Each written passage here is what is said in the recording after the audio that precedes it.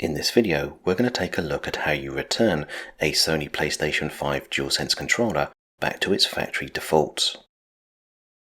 When resetting a DualSense controller back to its factory defaults, you will be resetting its internal electronics and removing its Bluetooth pairing from your PlayStation 5.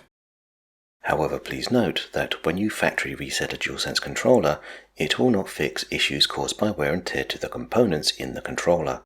So problems such as controller drift or trigger sensitivity will not be repaired. This means that typically you would perform this type of reset if you intend to sell, give away, or return your controller to Sony for repair. In order to return our controller back to its factory defaults, we first need to remove its Bluetooth pairing from our PlayStation 5.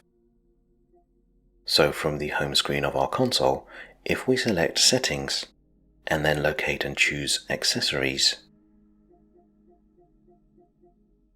from within Accessories, under General, we have an option called Bluetooth Accessories. When we select Bluetooth Accessories, we are presented with a list of Bluetooth devices.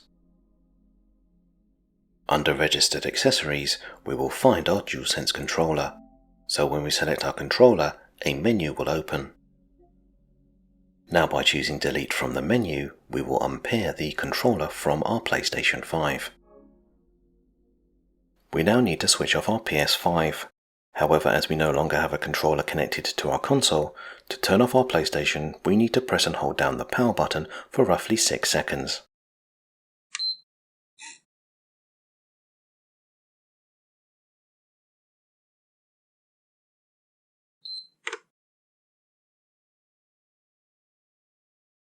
Next on the controller, we need to locate the reset switch, which can be found on the back of the device near a Sony logo.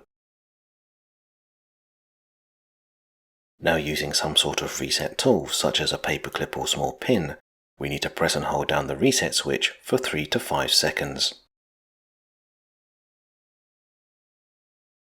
When we release the reset switch on our DualSense controller, we will have returned the controller back to its factory defaults.